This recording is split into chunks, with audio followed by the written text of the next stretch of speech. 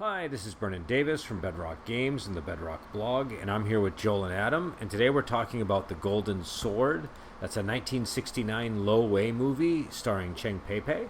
And just to read the IMDb breakdown, the summary is one night a clan patriarch takes his golden sword and disappears with two mysterious riders. 9 years later, his son meets a female martial artist, falls in love, and they get married. The next day, his father's sword suddenly shows up. I think that's a pretty succinct actually, I have to. Normally, the IMDb's are terrible, and this actually added a lot of clarity because we were just trying to sort of describe the plot to one another, and it was a little difficult. And they kind of nailed all of the essential beats. You know, not getting into some of the peripheral stuff that's also very important, but that kind of that's a pretty good summary of the That what to helps clarify expect. things a lot. Yeah. So yeah, we were kind of fumbling for the plot. So obviously, I covered this in the blog years ago, and I think that this is both of your first times watching it. So I'm curious, and obviously, I know Joel, you were sick, so we'll take that into account with your memory of the story. But what did you guys think of watching it this time? Okay, you can go first, Adam. I've got to gather my thoughts more. Fair enough. Yeah, I really enjoyed this movie. I've been watching a lot of Lo Wei movies lately. Lo Wei being the director of the movie, and there's definitely a certain feeling to his movies that kind of runs through them, and I really enjoy that. It's his plots kind of veer in different directions at times, take on kind of a different tone, and you get all these kind of side characters that may not be hugely significant but still have a lot of flavor. And it just his movies feel like they're just in a very big world Yeah. overall when you're watching them. There's more going on than the story you're watching, basically. I It's mean, it, to give a quick example, just that you've got like that escort company that he encounters early on, and not only is there an escort company, it's also kind of revealed how they're corrupt and how they're working for this. There's this whole kind of criminal organization going on at the borders of the movie that isn't really that important, but it still just adds so much yeah. flavor. Yeah, But it gives it a much sense of a I'll bigger world, like you were saying. yeah, yeah. So I completely enjoyed this. So I will pass the mic to whichever of you wants to talk next. Joel, why don't you? Oh, sure. I think that we prefaced that I was kind of fading in and out during this film a little bit. Yeah. Um, the first half of it's really clear to me. I'm a little sketchy on the second half. I remember the ending, and I remember the scene where everybody's like paralyzed, and he's got to like unparalyze Yes. their chi to get them to talk. That was a wonderfully eerie moment. It's all of these little memories kind of rising up out of the mental fog. I think he kind of nailed it with this film. It's not one to watch if you're not in a great state of mind, apparently. Because I was Yeah. before the podcast, we were talking about it. I was like, "What happens in this movie?" Because the first half is so disconnected from the ending, unless you really have to be paying attention, right? And I think that you're right. I think like I've reread the recap now, and I'm like, okay, I think I remember some of this stuff, and it all holds Yeah. together very nicely.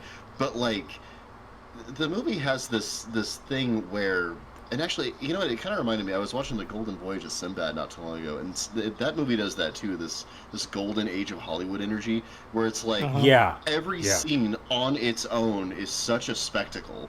You Yes. know, Yep. so like, and there's a lot of really interesting stuff in this film. Like, right towards the end of the first half, after our two, I want to call them leads meet, like the romantic leads at least.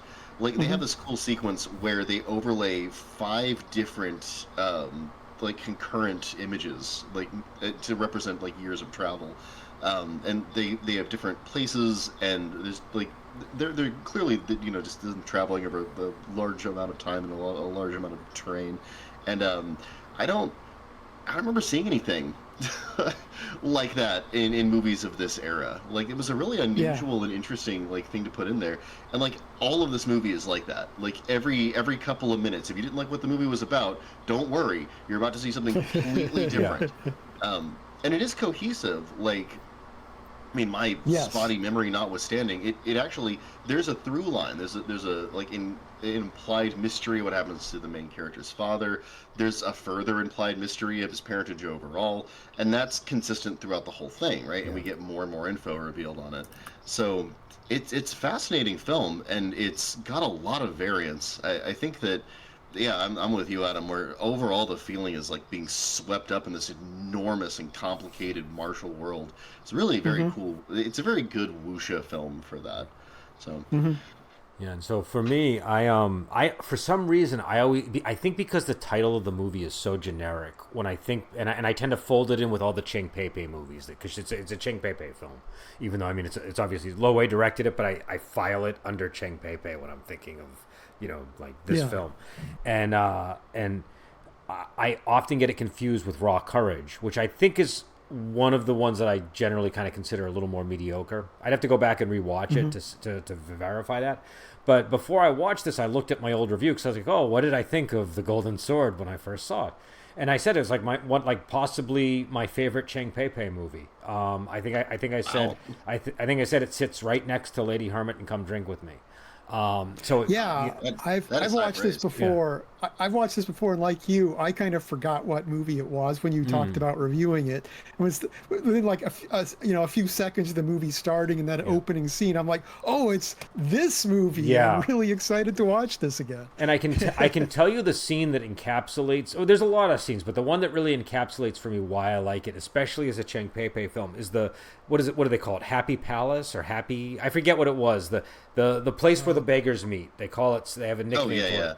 Um, Happy Valley, I think maybe. Something like that. I can't. I don't know. I could be wrong. But So basically yeah, it's wherever happy they decide to something. meet, that's what it's got a name. And so, but Yeah, in that scene, we see them singing and dancing, and Cheng Pei-Pei, was a dancer, and so they utilize yeah, that talent, and you can really yeah. see it. Like it's not, you know what I mean. So they put it on full display, and also you get a fight scene right after that, and it just kind of there's something about the way Beggar Sect is utilized here, where obviously that's like a hallmark of the genre, and I like the I like the journey this film takes you on, where it starts like 10 years in the past.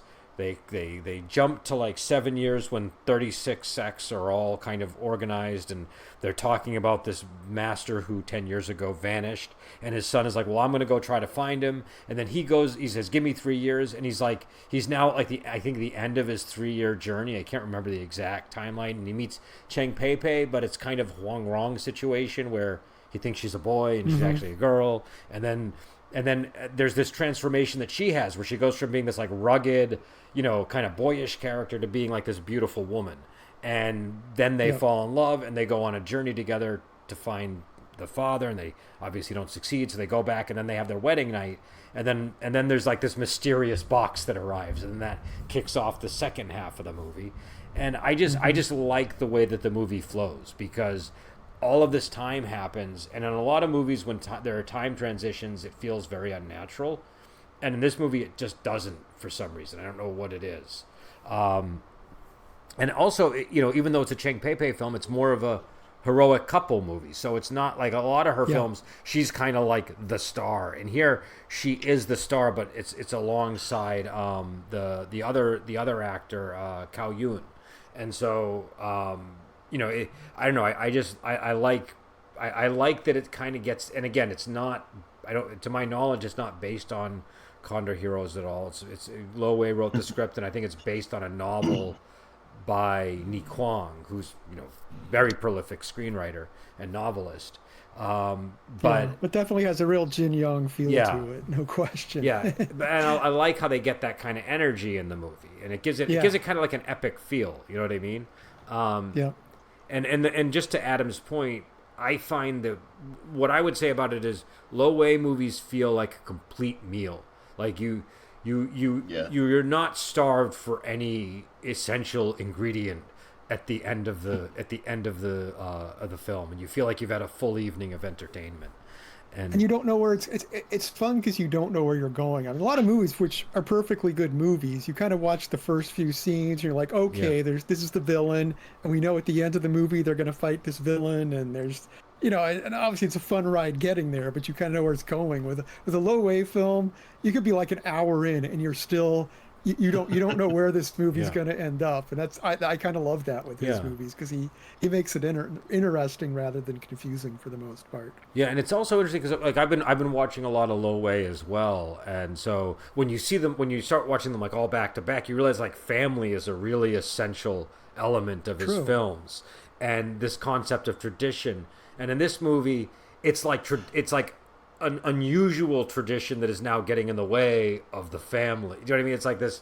Yeah. And so it's a very so like we were asking what's the villain in this movie, and there really isn't quite one. It's more just like this set of rules that this sect adopts that's the bad guy. Yeah.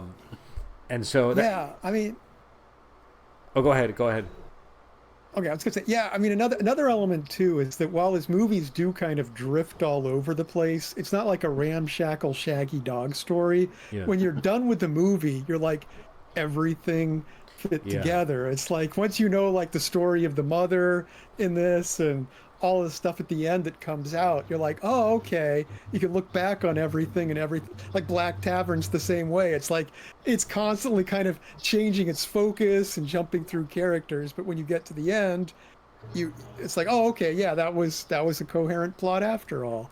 So It's yeah, a mystery movie, and the mystery is what is this movie about? movie about? But in Yeah. hindsight, it's like, oh wait, no, it was about that. Okay. This one is even more true to an extent than some of them because really the significant character that you could almost argue that the protagonist of this story who changes everything doesn't show up on screen till 3/4 of the way through. And it's like, she's got the protagonist is really working behind the scenes through Yeah. all of this movie. And then you're like, oh, and now the main character's actually shown up and you can see her, and then, well, then the ending happens. But Well, and that's another interesting thing about this. Like, and there's a couple. I mean, I just watched Death Valley, and it's kind of similar. I mean, there is more of a climactic fight sequence in that, but it ends in a really odd way. I won't spoil it for people, but I'll be watching that soon. yeah, it has a very interesting ending. And this one is another movie where it's like, I mean, there are fights, and there are some very significant fights, but Lo Wei, it's not like a lot of other wuxia movies where it's like, no, there has to be a fight every however many minutes it is. He has like It a doesn't story. end in a fight. Huh? It doesn't even end in a fight, which is really unusual for Yeah. a wuxia film. Usually, the climactic fight is like the last 10 minutes of the film. Yeah, and it's right, and you build the whole film towards it. And we just didn't do that this time. and it's really funny because he got famous making those the two Bruce Lee movies, right? So like and then those Jimmy Wang Yu movies, and so it's like, but here he's really like, and again I think even in those you see it too, but the story dictates everything, and if he doesn't want to have a fight, it's not going to be a fight. So even though there's a part of you where you're like, wait, we haven't had a climactic battle, it's not like the movie has to have one. Do you know what I mean? I didn't miss it. Yeah. I didn't miss the ending's pretty dramatic. Yeah, There's no, exactly. No question about that. And I know, and I want to wait till we talk about the ending to get into specifics. But that character that comes in at the end, she gives a really good performance. It's like I feel like a lot of times that kind of thing would flop for me. I'd be like, this character just came out of nowhere, but I actually bought into that character and what happens at the end. It worked for me in this case. Yeah, no, I agree, and I think a fight would have undercut that. Do you know what I mean? Yeah, But again, it's the got question this is, solemn. Wait, what was that, Joel? Like, who is she gonna fight, right? Like, Well, you could have. again, You could have had the like seventh aunt character be like, no, Sure. we Yeah. have to stick to traditions, and they have a fight. But Yeah. it would have been a distraction from the drama, and having all of the women in the sect be like, no, don't kill yourself, and being all that just added a lot of weight to it, as opposed to any of them having them try and stop her. I think. Would have been the way they wrong tried way to go. stop her wasn't with violence. They just pleaded Yes. for her not to do it. And Yeah, you're right. there was like, a conflict. There was a conflict that was just an emotional conflict. it even ended in the death of a major character and a lot of violence, and yet there was no fight. Yeah, yeah. How do you do that? Well, and again, I think it comes down to his style of filmmaking and storytelling. Yeah. But and by the way, that was let me make sure I can get the actress's name here. It was Wang Lai was the woman who played that character, I believe. Yeah. Yeah, she really nailed it. Yeah. She's good. Yeah, A she lot was. of gravitas. Yeah, she definitely was very good in that role. And Lo Wei himself played the master who goes missing at the beginning of the movie. Oh, I didn't know that. Yeah, That's cool. Yeah, he often appears in those kinds of roles. In Black Butterfly, he plays like the head of the evil sect. You know, Okay. in Death Valley, he plays like the master of Death Valley. Yeah, and in this one, I don't know if you also noticed, Sammo Hung not only is in this movie, he plays one of the Golden Dragon escorts, the guy who's dressed in blue in the mountain fight sequence. I didn't pick up on that. But he is one of the two fight choreographers and the martial arts directors in the movie. And that's another thing is people often wonder, because he and Lo Wei have similar physiques. Whenever there's a movie like this where Sammo Hung is present, and Lo Wei has a fight scene, people wonder how much of it is Lo Wei. Was it possibly Sammo Hung? Sammo Hung stepping in. Yeah. But yeah. I see Ku Feng was in here as one of the three cripples too. I didn't notice. Yeah, he's the guy with the blind eye. He's the guy with. It's a little hard to detect him because of that. It kind of distorts his face a little. Yeah. I surprisingly did not recognize him. He's got what has he got, like the two mashy clubs, right? He's got these like silver clubs that are spiked. Yeah, what did you think of the fights, by the way? How did those land for you guys? I love the fights in this movie. Like they do this wonderful thing where they pull back the camera and they let you actually look at the actors moving around on the set. And I'm so like, there was this era of action filmmaking in the mid 2000s that was just all these disgusting, super hyper close up shaky cams. And I will never get over just letting a scene breathe and letting actors move. It's so beautiful, you know. And man, he like talk about some nimble actors too. Like they dance around the stage. It's gorgeous. Yeah. The sound effects are the wonderful wuxia, like ting ting poof poof kind of sounds. So that particular fight scene with the what are they called? The three Cyclopses or whatever. The three cripples? The three cripples? Yeah, the three cripples. They called them three Cyclopses at first. And I was like, oh, that's a great name. Do the Chinese have Cyclopses? I think it's because one of them had the missing eye. I think that's why, yeah. I see. I guess so. I like that the one guy had like his face painted. Yeah. Like, what was that guy's disability? I think that was a scar. I think that was a scar. I could be wrong. I like to imagine he was just a huge fan of Kiss. That could be it, too. Oh, the guy. Oh, I know. Okay, I know what you mean. Yeah, I know the guy. Yeah, you know which one I'm talking about. Because like, you know, there was a guy with the scar, but the other guy had like a purple face. Yeah. It was just like, wow, okay, buddy. He's sickly. Maybe he was sickly. Like he has got like a kidney issue or something that's making his face. He got stepped on by a horse. Yeah. I'm not crippled. I'm just dumb. I am jaundiced hero.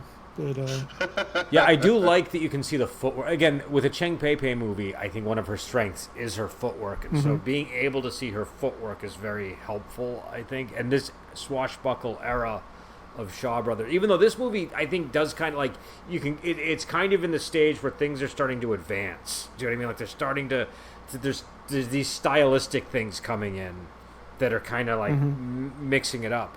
But yeah, I thought like, I just love how this one has like the swords dripping with blood.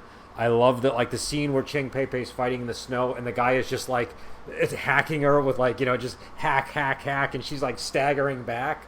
Those kind of scenes are really cool. And you know, and you get a little bit of, you know, like her flying through the air to stab the guy in the inn, and you know, things like that. But well, even her fight scene with the three cripples, she annihilates those dudes, and I love how sudden those winning moves are, because they're really unexpected, weird moves, and they're super fast. Like you don't even see them begin; you really only see this like flash of motion.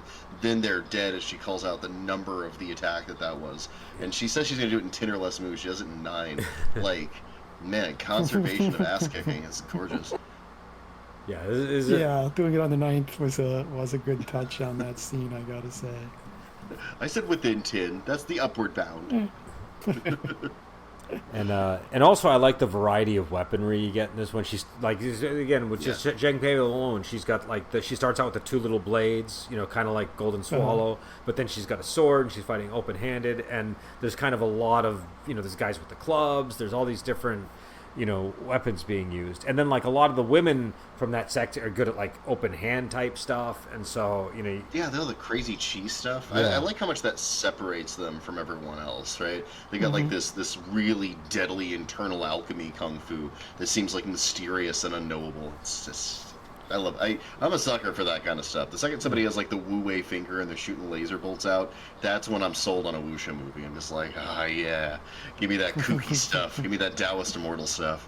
Well, and what was kind of cool too is they have like the mystery surrounding this sect, because they're kind of like legendary. They're not even like, people don't even know if they're real, and they have this like, I don't know, this world that they can suck you into, and then you're not able to escape from it. And so, and again, it's like, go ahead, Adam. I was just going to say, there's just this real fantastical element to like all of Lo Wei's films. There's always something where, not that I don't like more grounded wuxia, but there's just something about his films in that respect. Yeah, there's like a well, I think you brought up, somebody brought up, maybe it was Joel, the Seventh Voyage of Sinbad or something like that. Yeah. And it's Joel. Yeah, and so it's got it's got that magical quality of those kinds of movies where there's this adventurous element, and there's this world building, and it's, again, we saw, because again, just because I'm sure you guys might not remember all of the movies that Lo Wei made that we watched, but he did like the Shadow Whip, he did Dragon Swamp. I'm trying to think. I like Dragon Swamp. Yeah. Dragon Swamp is a very that's very comparable to this kind of movie. It's got a lot of similarities, actually, I would say. There's a lot going. I need to watch The Shadow Whip again. It's been a while since I watched. Now I've done this Lo Wei kick. I've got to watch it in context again now. Well, The Shadow Whip too has like the costuming parallels, because in this one there's like a lot of snow scenes with the furry trim, and there's a lot of the thing that people always remember about The Shadow Whip is Cheng Pei-Pei. Some people will sometimes say she looks like Santa Claus, but she's got like the outfit with the furry trim on it, and and that one also has like the interesting backstory that sort of emerges in the middle. It's just a much shorter film than this one, so it doesn't have that massive feel. It's a more concise movie. He also did Vengeance of a Snow Girl, which I think we talked about, and then of course they had these later films with like Golden Harvest and stuff that are all interesting on their own, and we could talk about those too. But this is like his Shaw Brothers era, and it's very much like that again, that golden age of Hollywood, that where the soundstage sets are almost like characters in the movie. You know what I mean? They're bringing up Dragon Swamp. Dragon Swamp really has the sound stages as a character in the movie, right? Like the eponymous Dragon Swamp. But this one does too, like that inn really hangs over the first part of the movie. It's a really big open area, and like, maybe it's just because I'm a little jaded. I've seen a lot of wuxia. The second they go to an inn, I'm like, oh, there's gonna be a fight here. That's what happens. When he was walking.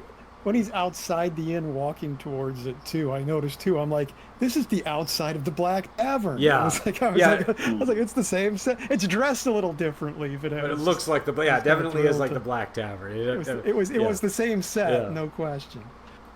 I guess that particular set does well with snowy situations. That's it even had the same door, right, as the Black Tavern, the same front door.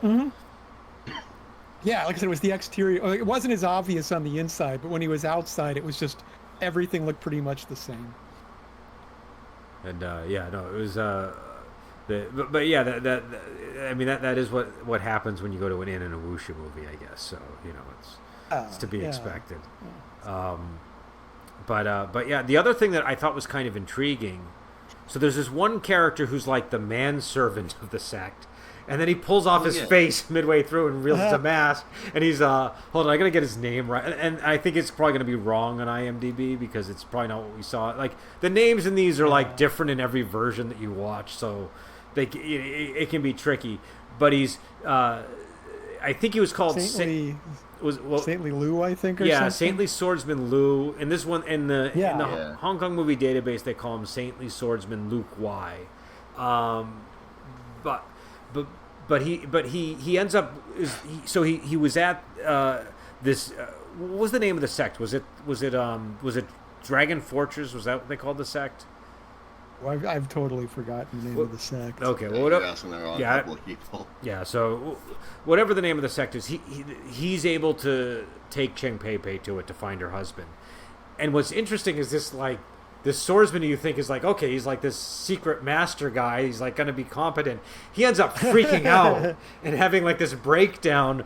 I forget what it is, but something sets him off. Like he had some horrible experience with like a snake or something, and then he just it freaks out about it. I remember that. Yeah. Oh, it's because of the snake pit. Yeah, the snake pit. Flashing back to the snake pit. Yeah, yeah. That's I think. Well, I mean, even earlier, I mean, it's like he kind of gets owned by the sect and the flashback scene and everything. It's like when they first talk about it, like, oh, it's the amazing, saintly swordsman. You're a legend. And but every single story we hear about him or everything we see is him utterly failing. Aside from running away from the sect, that's like his most heroic thing he ever does. Yeah, because he ends up need to do one really impressive thing though to be a legend.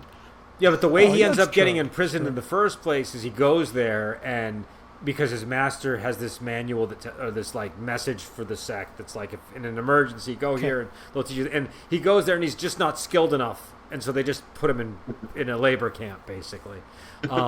Yeah, he supposed to have like a really good PR guy before he got captured. That's why it was just all hype around him. My reading was that he went too soon. The master said only like in an emergency, and so he just isn't skilled enough when he goes there.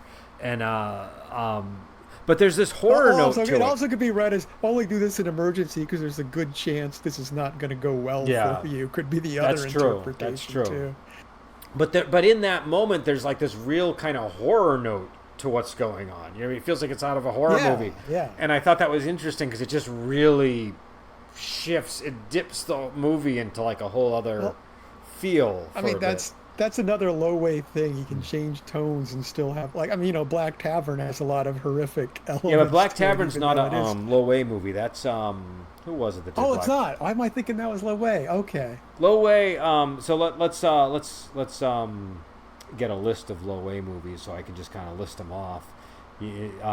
Also, he was an actor, so sometimes his movies, you look at a list and it'll be things that he acted in. He'll be in there. But But so like Dragon Swamp, Death Valley, Black Butterfly, Vengeance of a Snow Girl, The Shadow Whip, The Invincible Eight, Brothers 5. That's a pretty good movie. Raw Courage. I have Brothers 5, but I haven't seen that one yet. And then he did a bunch of Golden Harvest movies. So he did like Fist of Fury and The Big Boss and A Man Called Tiger and The Tattooed Dragon. And then he did all these movies with Jackie Chan that are a whole other thing. Like we did did we do The Magnificent Bodyguards on this podcast? I think we did. No. Okay. Well, I haven't. It's a very weird movie, and that was one of his one of his last films. And I think there might have even been multiple. No, it was just him. So he his after Shaw Brothers, his movies get very different. I'll just put it that way. And I do like those movies, but they have a totally different feel than the Shaw Brothers films. So, but anyways, I think but I think the point that you were making was valid, which is he can kind of shift the feel of a film pretty it applies to that was a bad example, but it does it does apply in general. Yeah, like The Vengeance of a Snow Girl, I feel like there's like a lot of I think before we did the podcast, somebody made the point of it kind of feels like a bunch of different movies. There's like a layered cake effect of some of these films where it's like there's so many different types of things going on, and so but that I don't know, that just always stands out to me, that scene where he's freaking out, and also of course the ending, which we touched on, but I think the ending not having a final battle is very notable, and also just the way it doesn't even have conflict. It's like she's like, oh no, I'm gonna sort this out for you two.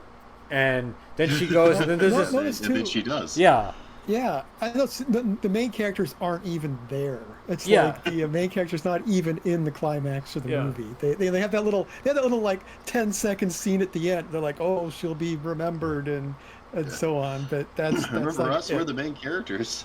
Well, the Yeah. important thing is And for then them the to be movie ends. reunited in that scene. That's the thing. Well, you know what it is? They reach yeah. I'm not knocking it, just an observation. well, what's interesting about this movie is the heroes reach a point where they're just totally overmatched by this sect. There's no way they can't even It's beat true. the executioner, right? So there's nothing Yeah. they can do. They need the mother to kind of take matters into her own hands and change things.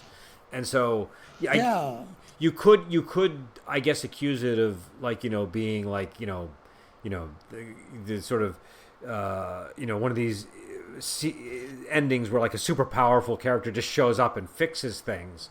But I feel like, I don't know, in a wuxia movie like this, it kind of works. It's like, Well, yeah, I mean It's- that's exactly what needed to happen emotionally to make this latter part of the film work, though. Like, Yeah. I mean, what would you change? You know, that's exactly the story that needs to get told. It's thematically cohesive the whole way through. And like I said, this is a mystery movie that is the mystery of the movie is what is this Yeah. movie about, right? And it's about revealing these like layers and layers of all this like martial world. and I think what's also learning the 20-year backstory. But Yeah.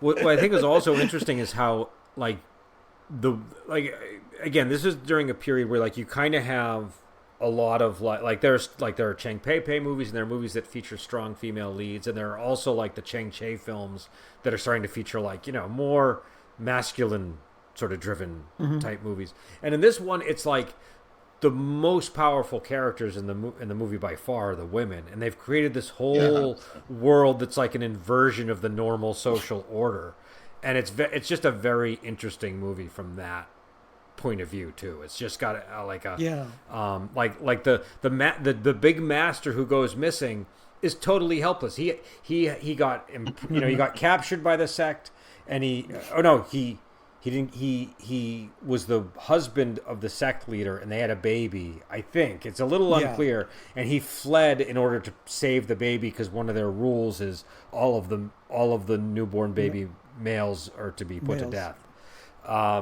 But, yeah, I've got a theory on that too, which Go ahead, I could yeah. be wrong, but I can't remember if they clarified this or not. But I have a very strong feeling that he escaped because the mother let him escape. I think you're feel right. Like, I think you're right. I feel like she was unhappy about it because there is it just feels that way to me. She doesn't seem angry. The fact she wants to like meet him again later too suggests that I think she.